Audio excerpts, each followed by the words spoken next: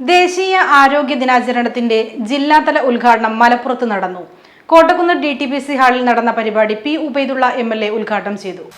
April 7 ലോകാരോഗ്യ ദിനമായി ആചരിക്കാൻ വേണ്ടി തീരുമാനിക്കേണ്ടായി. അതിനുശേഷം ഒരു വർഷം മുടങ്ങാതെ ഏപ്രിൽ 7 ലോകാരോഗ്യ ദിനമായി നമ്മൾ ആചരിച്ചു വരികയാണ്. ഒരുപക്ഷെ ഈ ദിനാചരണം ഉൾപ്പെടെ ആരോഗ്യവകുപ്പിലെ എല്ലാ പ്രവർത്തനങ്ങളും വളരെ കാര്യക്ഷമമായി നടപ്പാക്കിക്കൊണ്ടിരിക്കുന്ന ഒരു സംസ്ഥാനം കേരളമാകും എന്നാണ് എൻ്റെ വിശ്വാസം. ഇന്ത്യയിലെ മറ്റു സംസ്ഥാനങ്ങളിൽ വ്യത്യസ്തമായി ആരോഗ്യരംഗത്ത് ശ്രദ്ധേയമായ നേട്ടങ്ങൾ കൈവരിക്കാൻ നമ്മുടെ സംസ്ഥാനത്തിന് സാധ്യമായിട്ടുണ്ട്. ആരോഗ്യവകുപ്പിലെ ഉദ്യോഗസ്ഥന്മാരും ജനപ്രതിനിധികളും പൊതുസമൂഹവും എല്ലാം ഒന്നായി ചേർന്ന് നടത്തിയിട്ടുള്ള കൂട്ടായ പരിശ്രമത്തിൻ്റെ ഭാഗമായിട്ടാണ് ആരോഗ്യരംഗത്ത് ശ്രദ്ധേയമായ നേട്ടം കൈവരിക്കാൻ നമ്മുടെ സംസ്ഥാനത്തിന് സാധ്യമായത്.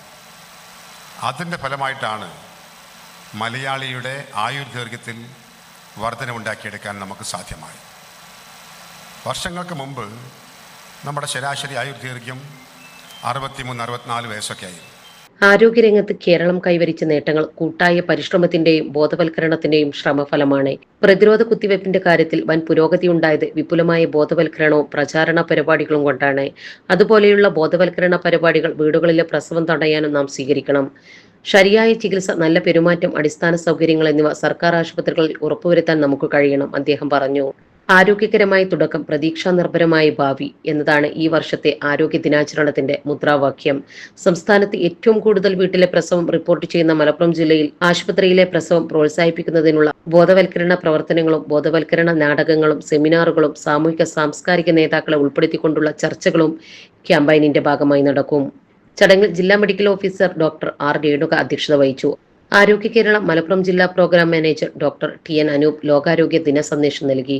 2024-25 വർഷത്തിൽ ആരോഗ്യ മേഖലയിൽ മികച്ച പ്രകടനങ്ങൾ കാഴ്ചവെച്ച ആരോഗ്യ പ്രവർത്തകർക്കുള്ള പുരസ്കാരങ്ങളും വിതരണം ചെയ്തു. ഈ ഒരു വെക്കേഷനിൽ ഫാമിലി ആയിട്ടും കുട്ടികളായിട്ടും ഒക്കെ വന്നുകൊണ്ട് ടൈം സ്പെൻഡ് ചെയ്യാൻ പറ്റിയിട്ടുള്ള ഒരു അടിപൊളി പാർക്കാണ് ഇത്. വെറും 30 രൂപ എൻട്രി ഫീ കൊടുത്തിട്ടുണ്ടെങ്കിൽ ഇവിടുത്തെ എല്ലാ റൈഡും നിങ്ങൾക്ക് എൻജോയ് ചെയ്യാട്ടോ. 100 രൂപ എൻട്രി ഫീ കൊടുത്തിട്ടുണ്ടെങ്കിൽ ഇവിടുത്തെ ചിൽഡ്രൻസ് പൂൾ അൺലിമിറ്റഡ് ആയി യൂസ് ചെയ്യാം. എനിക്ക് ഏറ്റവും ഇഷ്ടപ്പെട്ടത് ഇവിടുത്തെ ഫാമിലി പൂളാണ് കേട്ടോ. നമുക്ക് ഫ്രണ്ട്സിനായിട്ട് ഫാമിലി ആയിട്ടും ഒക്കെ വന്ന് ചില്ല് ചെയ്യാൻ പറ്റിയ ഒരു അടിപൊളി പൂളാണ് ഇവിടുത്തത്. പൂള് നമുക്ക് ബുക്ക് ചെയ്യാനുള്ള ഒരു ഓപ്ഷനും വരുന്നുണ്ട് കേട്ടോ. നിക്കാഹ്, ഫംഗ്ഷൻ, ഗെറ്റ് ടുഗദർ ഇതുപോലത്തെ പ്രോഗ്രാംസ് ഒക്കെ നടത്താൻ പറ്റിയ ഒരു ഓപ്പൺ സ്പേസും ഇവിടെ ഉണ്ട്. സ്കൂൾ കുട്ടികൾക്ക് 100 റുപ്പീസിന് കിഡ്സ് പൂളും എല്ലാ റൈഡും അടങ്ങിയ ഒരു പാക്കേജും ഇവിടെ ഉണ്ട്.